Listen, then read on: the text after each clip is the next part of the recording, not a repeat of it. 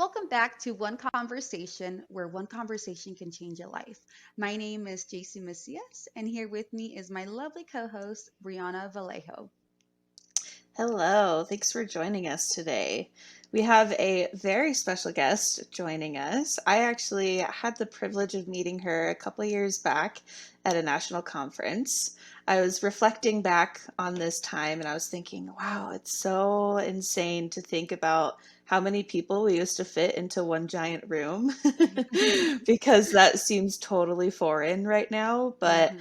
I have really made so many valuable connections through conferences like that, including this one here. So I'm very excited to now be talking to her here on this podcast. We've run into each other a few times in the past couple of years just throughout our work in the field. So I'm very excited for our paths to cross again today. And she has recently taken on a new position. So, Marcella, if you'd like to go ahead and introduce yourself. Absolutely. Thank you so much for inviting me to join, Bree. And yes, it was wonderful to be able to meet you at the conference. And I agree with you. It seems so foreign and almost Twilight Zone to be in a space like that. But I look forward to it. Um, I am Marcella Maggio, and I am currently the prevention coordinator and storyteller at the partnership, short for California Partnership to End Domestic Violence. And I am really excited to be able to work with people and hear from them about their own lived experiences and to put it into a preventative lens when I write the story. So really looking for those preventative tools, all those, tools of resilience that survivors are speaking of that maybe we don't really hear unless we're truly listening. So I'm excited for this new path and just meeting my worlds of prevention and storytelling. Yes, thank you so much, Marcella, for joining us. We're so excited for this episode. And so, just to let you know, we always start off with some fun questions for our guests to really just get everyone warmed up.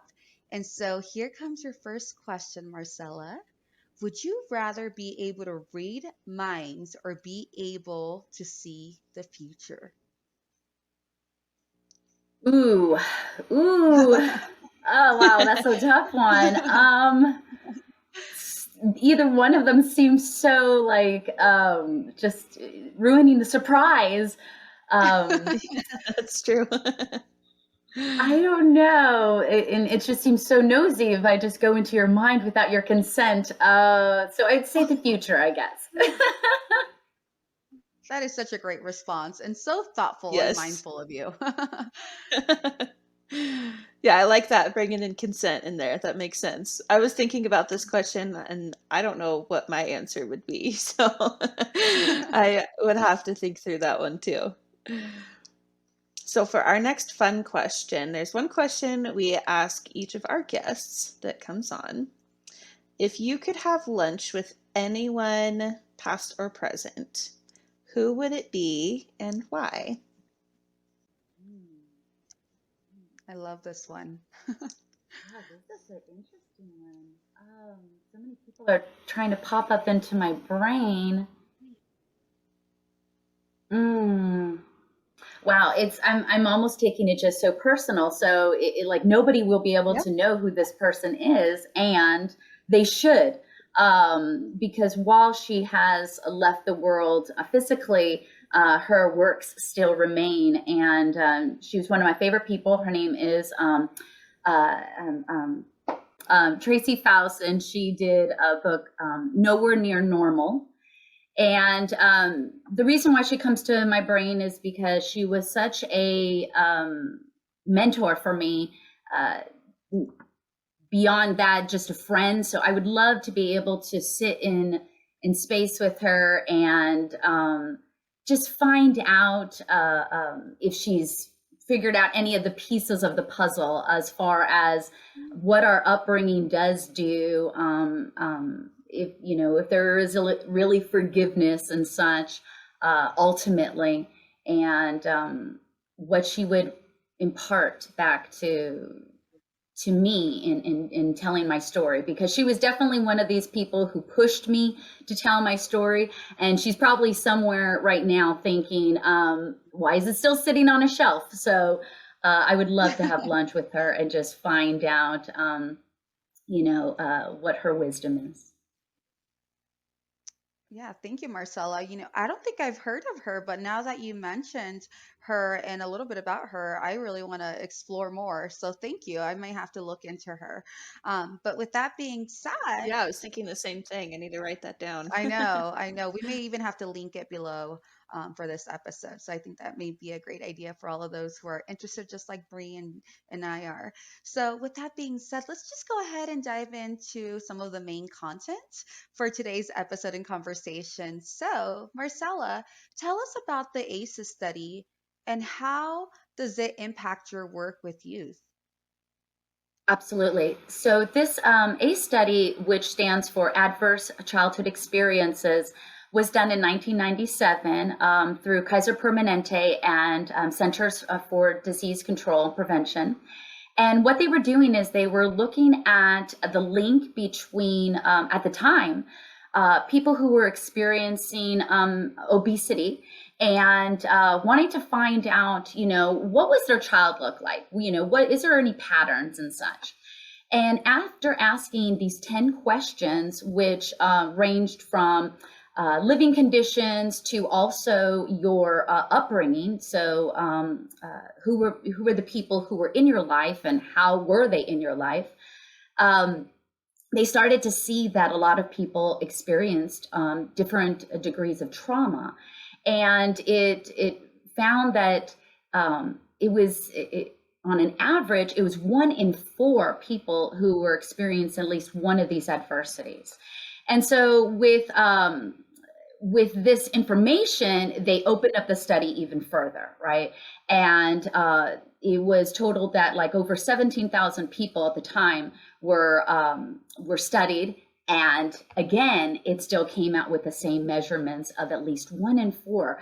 And this isn't, for any of you who are familiar with Kaiser Permanente, this is a higher end, insurance hospital and such. And so it wasn't about, they're going to the clinics in, impoverished places and such. This is San Diego and, middle to higher class, and they're experiencing trauma. So it really, set the stage for what is trauma and what is happening in the home that we're not talking about, and how is it extending further into our health later. So how I'm now using it in my work, especially working with youth, is as a preventionist, I had the privilege of listening to stories from youth, and I started making the connection of what was their ACE. I really was curious. And so when I started to have the youth take the study as well, I started asking questions about conversations that were happening in the home. And what I heard time and time again was that no one was having conversations with these youth about relationships unless it involved drama. They'll be talking about drama all day long, but they weren't talking about any healthy tactics. So this is where I thought we need to bring in the caretakers and the parents and really think about ways to show up for youth. And so that's how I incorporated the ACE study, is focusing on the little within all of us. And have we studied ourselves? Have we looked at our own trauma before we even start working with youth? Yeah, I think that's so powerful. Yeah, thank you so much for that explanation. Yeah, I remember when I first learned about the ACEs study, and I was kind of familiar with some of the concepts, but I watched the TED Talk from Dr. Burke about it, and that was really my first deep dive into really understanding the ACEs study. And I remember I shared it with my partner, who was actually in the medical field, and he said, "Oh, wow, like I hadn't realized that. It's such a that makes sense, but I didn't realize that all in the same package, and everything that has come from it since then has been great. You know, there's some great awareness that's coming out about it, but there's also a large majority of people that haven't realized that, haven't been made aware of it yet. So I think that's great to be talking about it with youth. And we've talked about it on this podcast before that we all wish we got that healthy relationship education when we were young, and that's why we do it now. Yeah. All right, our next question for you. What does it mean to show up for youth, and why is that something we should be doing? So, when I'm talking with adults, I really like to bring them back to their own youth. And, I like to do a mindfulness activity where I have them just think about themselves at 14 years old and really think about what would it be like if they could go back and talk to themselves. What stories are popping up, especially thinking about who, as an adult, do you have in your life at that age that you can share those stories with safely? Mm-hmm. And I just let them think about that. And typically, when they do, they come up with the reality that, wow, I didn't have an adult that I could talk to about things, or not everything, not the real things. I could talk to them about surface stuff, but no, I'm not going there with these people. And so that really made me think about the ways that youth, in a sense, were lectured at growing up. We're told what we shouldn't be doing. But who's really having conversations with them? Like really just for the sake of getting to know youth. What I really started to see was, as a youth in my own home growing up, I am a middle child between two brothers, and also of my mother is Mexican, and so I felt very split in the middle, because I'm the middle child, but then also because of this division of my father is white and has this mindset of, really kids don't need to be seen and heard type of thing, right? Like kids are just there. And my mom looking at it as very much where the girls within the family culturally have to, cater, clean, cook, they take care of the family. And the boys, they could just do whatever they want. So I really didn't like being a girl. I really didn't like being in this house where there was these roles put into place, this vision. And I absolutely didn't feel safe talking to anybody about it, because when I first attempted to, I was, I was given back threats, that I don't talk like that. I was also physically abused as well. And then from my father, I was just plain, neglected. Like he just didn't have time for it. So it wasn't safe to talk to anyone in my home. And I knew that. And I also had this underlying message that I knew it wasn't safe to talk about what was happening in my home. Because the first time where I had any kind of abuse that happened to my body, my mom had left a scar on my face. When I was questioned about it at school, it's like it just immediately, I knew I can't be honest. I can't tell what really happened. So, I just made it up into a cat scratch type of a thing. And so these are the things that stayed with me over the years in being in spaces where I'm hearing stories from youth, thinking of my own stories from youth, and then talking to adults who still are just really hiding these stories of their own youth, and thinking, how can we show up better for each other? Because this is about a mutual mentorship. And I feel like a lot of adults don't understand the knowledge, the just overall wisdom that youth provide, because they don't give them that time. So how we can show up for youth, first and foremost, is creating that space, taking the time, looking toward them, listening to them. And then it just builds on that. So really showing up for the youth in you, first and foremost. And then in essence, you can start showing up for the others within your community. Thank you so much for sharing that, Marcella. I feel like it was just so powerful and it just resonated with me so much. And I think specifically when you talked about wanting to feel heard and seen, I clearly remember feeling that way in my childhood. You know, Mm-hmm. I really wanted to just feel heard and seen. And the way that I would try to do that is, you know, by being really good in school and getting the good grades and getting those awards. And when that wasn't getting me the attention that I wanted, I then turned into the, you know, alternative, which was by not behaving well, right? Or misbehaving. And so I think that's something that's so critical and important. And I think as adults, it's so important to kind of keep in mind, especially when you're Mhm. working with youth or you even have children of your own, right? Like you mentioned, kind of practicing that mindfulness of really thinking back of your childhood and how important it is to have a trusting adult. So I really, really appreciate you sharing that with us. So with that being said, you know, sometimes we can envision a world want that we want it to be, but we don't know how to get there. What are some steps each of us can take to create a safer world for youth? I know that's a loaded I, question. it really, I so appreciated this question when I saw it. And it reminded me of our ability to dream, our ability to dream big and really go there. I feel like a lot of times we have these um, larger than life dreams, and then that's exactly what we think that they are.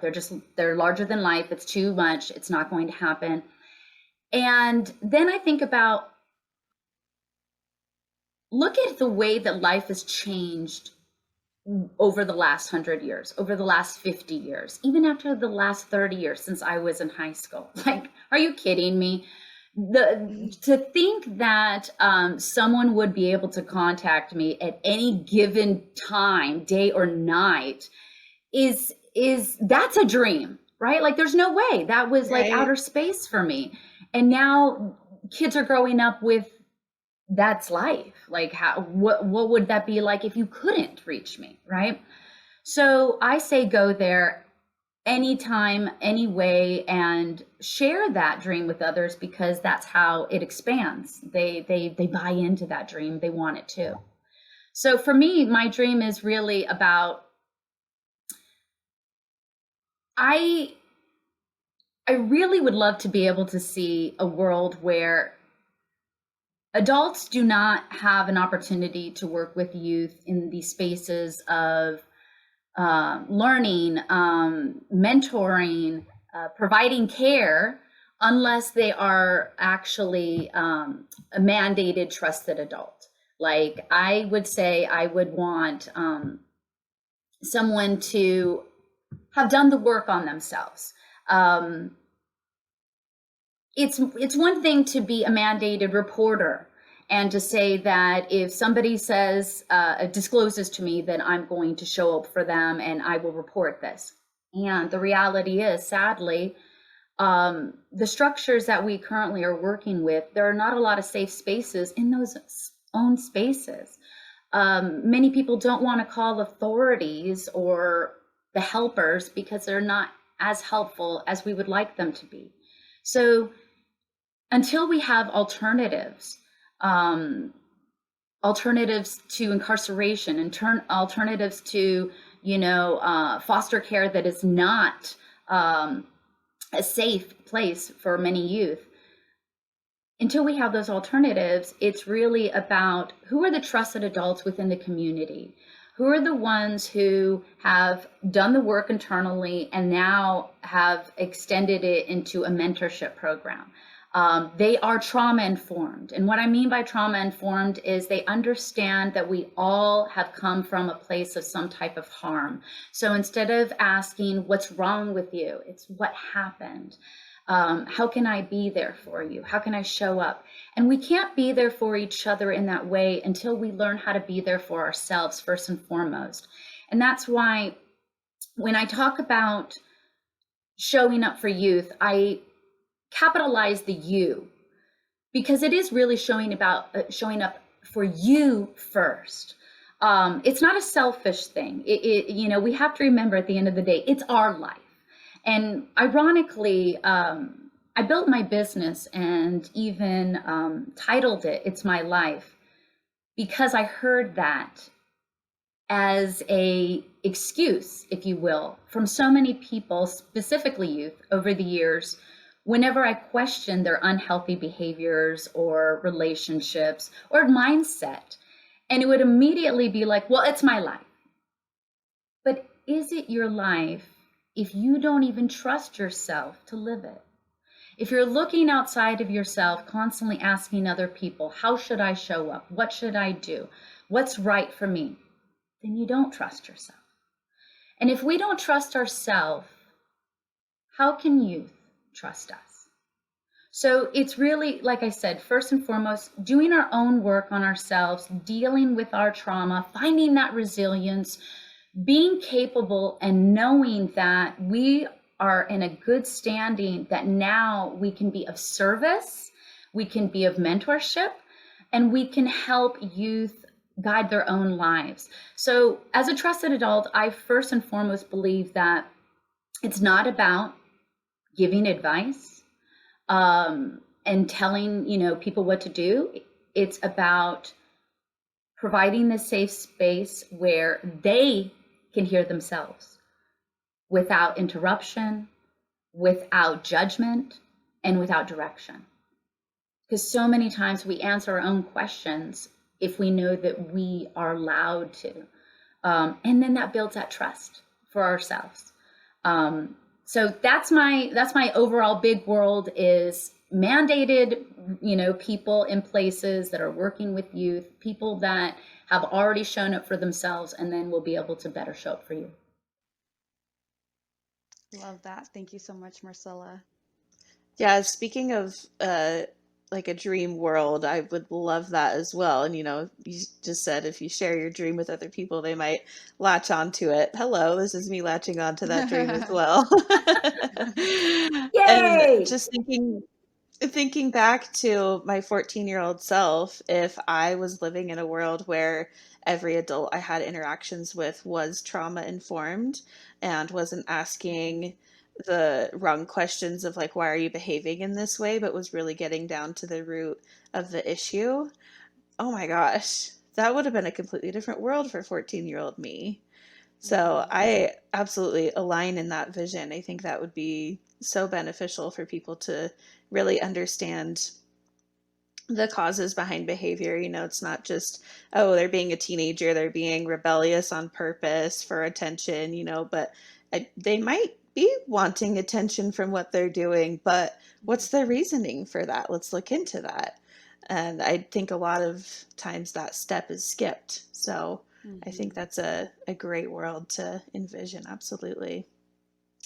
Our next question: how can we encourage youth to be their best selves? I love this question because it's interesting. When I was working with youth, and it never failed, regardless of where I was showing up, what space it was, whether it was a school or a detention facility. After giving them time and asking questions, I would constantly hear, well, why do you want to know? Like, why do you care what I have to say? And it really made me start to think about how empowering it is in itself to just ask questions, right? To ask them and have them hear themselves, right? So, if they're asking what I should do, right? Well, set up the scene. Tell me what's going on, right? And then once they set up the scene, oh, that sounds great. And so what would happen next? And what would you do? And well, what if this scenario happens?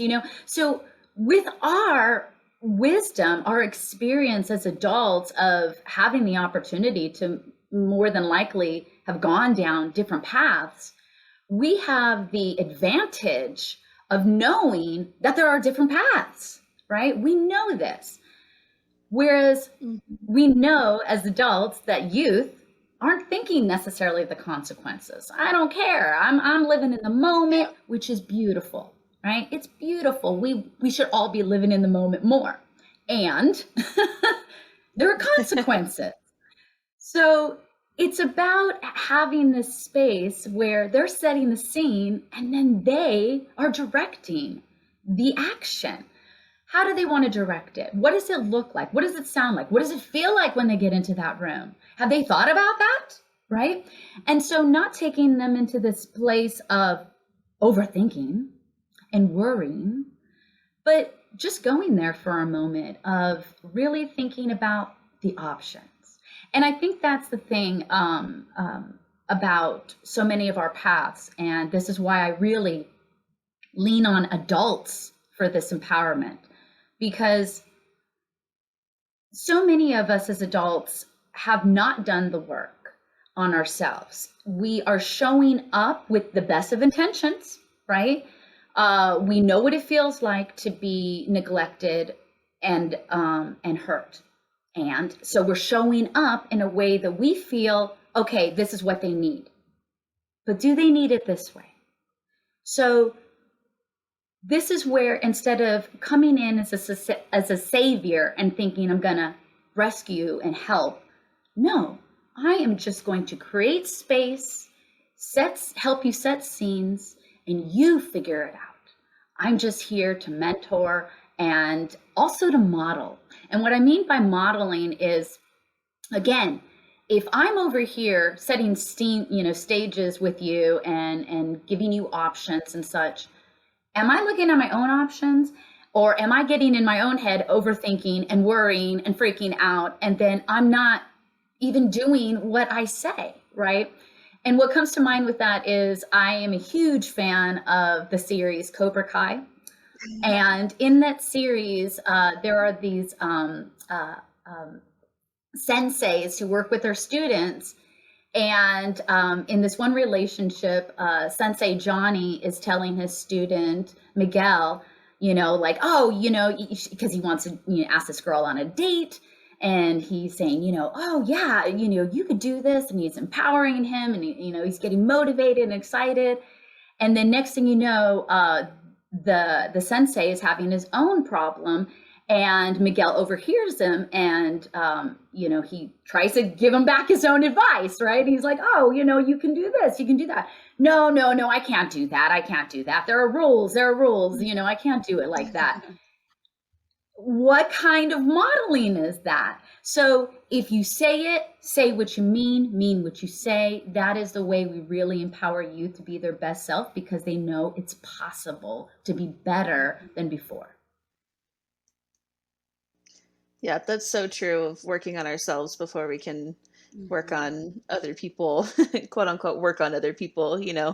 I love that, with holding space for them and making sure that we are modeling. I think about that in relationships too. If you're parenting a teenager, and it's actually healthy to have arguments that they can see, so that they can see the healthy resolution of those arguments. Because if you hide all of your arguments, they're going to think, oh, I'm not supposed to have arguments. They're not going to learn how to have healthy arguments. So I think that that's just something that came up for me, probably because I'm getting ready to be a parent soon here, and I'm thinking about parenting. But that's I so love true, that. that our advice we have, that we're like, oh, we need to work on impacting youth, we really need to take it onto ourselves first and make sure that Mhm. we're living that out before we can tell them that it's a good idea to live it out. Absolutely. Yeah. I think one thing I've learned working with youth, and I think just anyone overall, you know, they are observing us just like we're observing them. And so we So definitely true. need to model, right? Especially when we are trying to empower them and support them, and we're telling them how healthy it is to practice self-care and take care of yourselves. And if we're neglecting that area and we're not doing that for ourselves, they're just kind of like, you're giving me all this advice, but you're not practicing it. So that is something that has really pushed me and motivated to really do that inner deep work, right? Which is difficult. And we've talked about, it's not always easy to do that. Sometimes we just want to set it aside and keep moving forward, but that always shows up in our work eventually, right? It becomes visible. So thank you so much for sharing that, Marcella. And, with that being said, can you tell us of a story about how an adult was impactful in the life of a youth? Absolutely, yes. And it's actually my world's coming together to share this because, like I had mentioned before, I have the opportunity right now at the partnership to share stories about people throughout California who are experiencing different degrees of these ACEs. And again, I was really intentional about wanting to highlight an ACE in each story. And the story that I just recently worked on is actually an answer to this question 100%, because it was about teachers and students and the hardships that each of them are facing with virtual learning and being, quarantined at home. And while many of them are now going back to schools, even that transition in itself, like Mhm. so many youth have gotten used to being at home, and what does that now look like, and how are these relationships going to cross over when we're all going into shared spaces? And then what happens to the ones who are still at home and not wanting to go back into those shared spaces? What happens to their relationships? So in talking with the different teachers, because I had the privilege of interviewing teachers and also youth throughout our state, and talking about the different ways that they were feeling challenged by what was going on. And this one teacher in particular shared a story about how she has really set a wonderful check-in system with her youth. And it started because of one youth in particular who she noticed was just kind of checking out, not being present, grades were dropping. And this is someone that she knew had really good history with her assignments and showing up. So she started to get concerned. And like I said, what really inspired me was the way that she called on the student. She called her in. It wasn't about, calling her out, making her feel less than, embarrassing her in front of the other students in any way. She reached out, and called her in privately to find out what was going on. And I was so taken with the story that I expanded on it and wrote it into what we titled Anna's Alarm, which is about a young woman who is experiencing similar strifes with being at home. And Anna is actually in a garage and has her, just because of space, she is now has her bedroom out in a garage. And what that does to her psyche, to her studying habits, and how her teacher then reaches in and finds different ways to connect with her. So I'm really excited about it, and I'm very thankful for the teacher for sharing that story with me, because it let me know that teachers are human. What I was hearing from so many students, sadly, and at the time, I understandably, was that they felt so much pressure to have their cameras on at all times, and Mhm. for various reasons, not wanting to have them on. Whether it's because of crowd, because they just don't want to look at their face and other people's you know, um, they, had this pressure. And what I would hear from a lot of students was, the teachers don't care. They just don't care. They're going to do whatever the school says, and they don't care about my life. And so when I heard from this teacher and I saw how she went out of her way and took these steps and did this research, I was like, y'all have no idea how much people really care. And, but who cares about the teachers? So that's why I wanted to make it a twofold story. So you get an opportunity to not just look into Anna's life and how you can show it better for students like Anna, but what about Miss Bailey? Like, who's a trusted adult in her life? How can we be there for her too? Because trusted adults are not limited to youth. We need to be trusted adults for one another as well.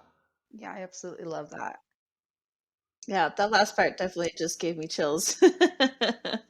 I was going through that, the digital story, and it's so realistic. I mean, the bedroom being in the garage, sometimes you go through those, and I know that the partnership always has great content, not to say that I wasn't expecting anything at this level that it was, but, sometimes you're like, oh, okay, I'm going to go through this digital story, and sometimes it's like, okay, this is cheesy.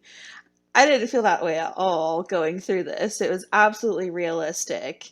And the scenarios that it was bringing up, even though we've been living through this pandemic, it really brought home all of those themes of the teachers have their own life that they are dealing with while they're trying to be there for the students. The students have their own life that they're not sure if the teachers care about, but they do. But how do you communicate that over Zoom when you have all these school policies that are in place that you have to leave the camera on? And oh my gosh, there's just so much that we have been dealing with over the past year, and it's a great look into what the students are going through, what the teachers are going through, and such a good point for us to be there for each other even as adults, as we speak about being there for our people that we are in a mentoring relationship with, but also in just a friendship, just being there for the people beside us.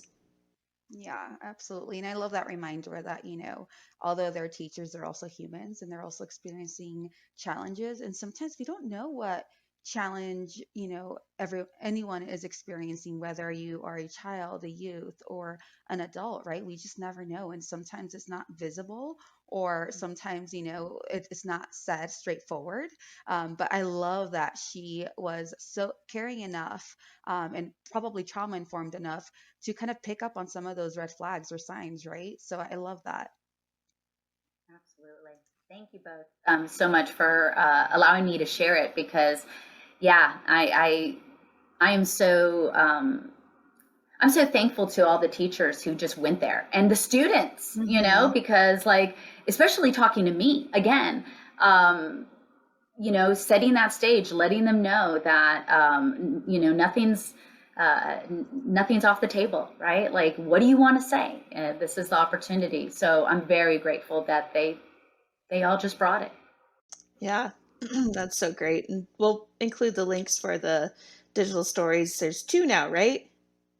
Yes, there are two stories now, and I'm working on a third, which this one will be centered Ooh, on young men. And I'm really excited about this great. one because even though the saying goes, it's a man's world, um, do we really know how we are forming that world to be so small while they're so small, right? And so this is going to be an opportunity for us to look a little bit deeper into the lives of young men and why they're silenced, and then sadly, many times continue that violence, or and many times to themselves mostly, right? So I'm really excited. I've been working with some young men right now in developing the story, and I highly encourage adults out there who are working with youth in a preventative way. They are incredible storytellers. They are preventionists at heart. It's just a matter of letting them hear themselves. Yeah, I'll definitely be looking out for that new episode, and we'll include the links for the other ones. That's so great that you're using real life stories. Like I said, it's not cheesy content at all. I think if it was made up, it might be, but these are real life stories and just really brings home all of those themes. So those are great. Any last thoughts before we wrap into our meditation here, Marcella? Um, I just, really would love for people to, um, be easy on themselves. As adults, many times it's we get caught up in this guilt trap, if you will, of woulda, coulda, shoulda.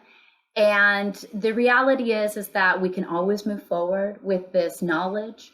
And so that's where it's about reflecting on your own inside kid. What did they want to let out?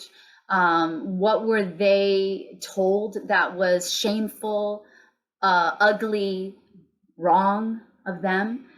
And really being with it and making it right, because again, it's your life. And as long as you are not harming anyone, including yourself, live it, love it, learn from it, and then share that wealth with youth. Because when they see an adult being themselves, and they can feel it, right? And when they see that adult being themselves, it encourages them to want to be themselves too. So let your inside kid out and show up for youth. I guarantee you it will be that dream world before we know it if we do. Thank you all so much. JC, Bree, you guys are amazing. I really appreciate the invitation and the opportunity to talk about this. Thank you so much. No, thank you. It's been such a refreshing and amazing episode. And thank you for this reminder. I think definitely some self kindness and being nice to yourself is always needed. Thank you so much for being here and giving us those reminders. I think when I listen back to this episode, I'm going to be taking notes, and some of them, like some of what you said, I could actually like throw on an inspirational poster and throw up here. I just remodeled my office, so I need some wall decor. So I adore you. some of the stuff you said, I'm like, yes. Well, and Bray and I always talk about how clothes are sometimes our self-care go-tos. So I Yes. definitely feel the same way, Brie. Like everything she was saying, I was like, God, that is so inspiring. Like I feel so inspired right Yeah. now. So this is a great way of me practicing self-care, just even doing this episode with you. So thank you. Yes. Yes. Hey, thank you. I appreciate you both. And so we are going to do our meditation. And so today we are specifically going to do a breathing awareness relaxation technique. I think at times, of course, we're breathing because we have to, right, to be alive. But to really practice those deep breaths is something that, our body also really needs, right? And it's a great way for us to practice self care as well. And so let's get started with that. Go ahead and start by closing your eyes if you are comfortable to do so, and place yourself in a comfortable position. Throughout this breathing awareness exercise, you are going to breathe as I instruct you. So breathe in to the count of 4,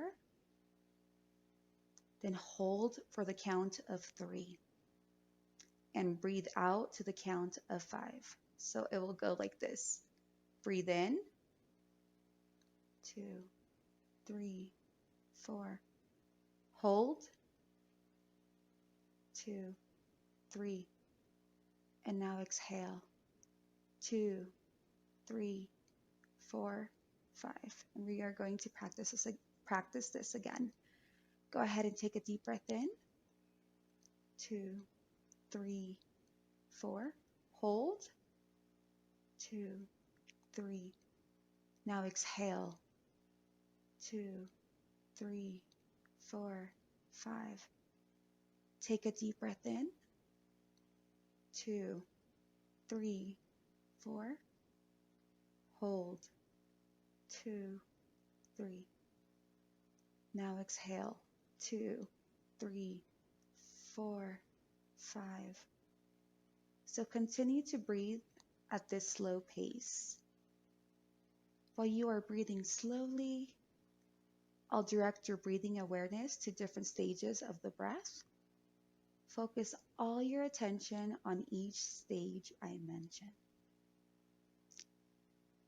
First, notice the breath as it enters your nose. Notice each time you breathe in the way that breath feels on your nostrils. Feel the breath going down. Notice where the air enters your lungs. Allow your breathing awareness to deepen the feeling of relaxation you are experiencing. Feel the air expand your lungs with each in-breath. Feel your lungs expand and relax, expand and relax, expand and relax. Now notice the exhalation phase of breathing.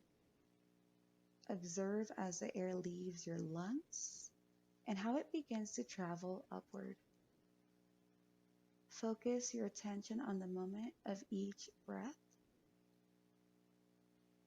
Now turn your attention to the breath traveling up and out through your mouth.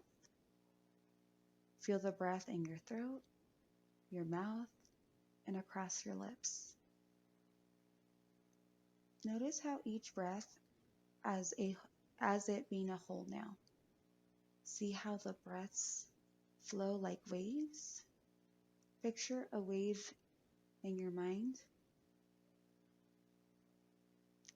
Take a deep breath in and then pause. Then breathe out. Now as you relax, you can count your breath as they continue to flow gently.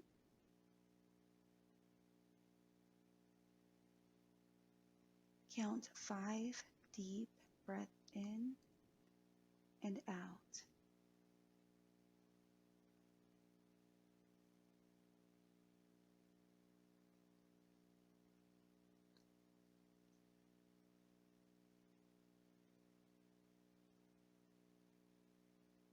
When you are done with your 5 breaths, you can reawaken your body and return back.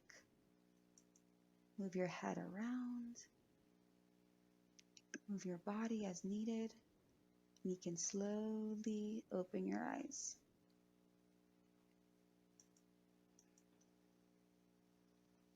I hope this breathing technique gave everyone a little piece of self-care and relaxation. We definitely know the importance of self-care and practicing it, so we really appreciate you taking the time to practice some self-care with us. Yeah, I hope all this breathing that we've done every week will help me with my labor prep. It may. That's what they say. On point. Speaking of that, just to let everyone know, this will be my last episode for the next 4 months or so. I am taking maternity leave and I will be back in August. So hope everyone has a great summer. And speaking of that, we are also technically in, but also heading into Sexual Assault Awareness Month and Child Abuse Awareness Month. And so our next few episodes will be focusing on those awareness months. So you can look forward to that. Thank you so much again, Marcella. This has been great. And I hope to continue being in contact with you. Again, I'm going to ask your permission for me to write down some words of yours to make inspirational posters from, even just for myself. I think it'd be great. We really appreciate your time today. Thank you. I appreciate you, and best wishes to you and baby on a safe and just healthy delivery. So much love to you and your boo on this arrival, and I'm so excited for y'all. Thank you so much. Thank you. I'll post pictures on Instagram. Expect those coming. So, with that being said, thank you all for joining us for this important conversation. We hope to see you on our next important conversation.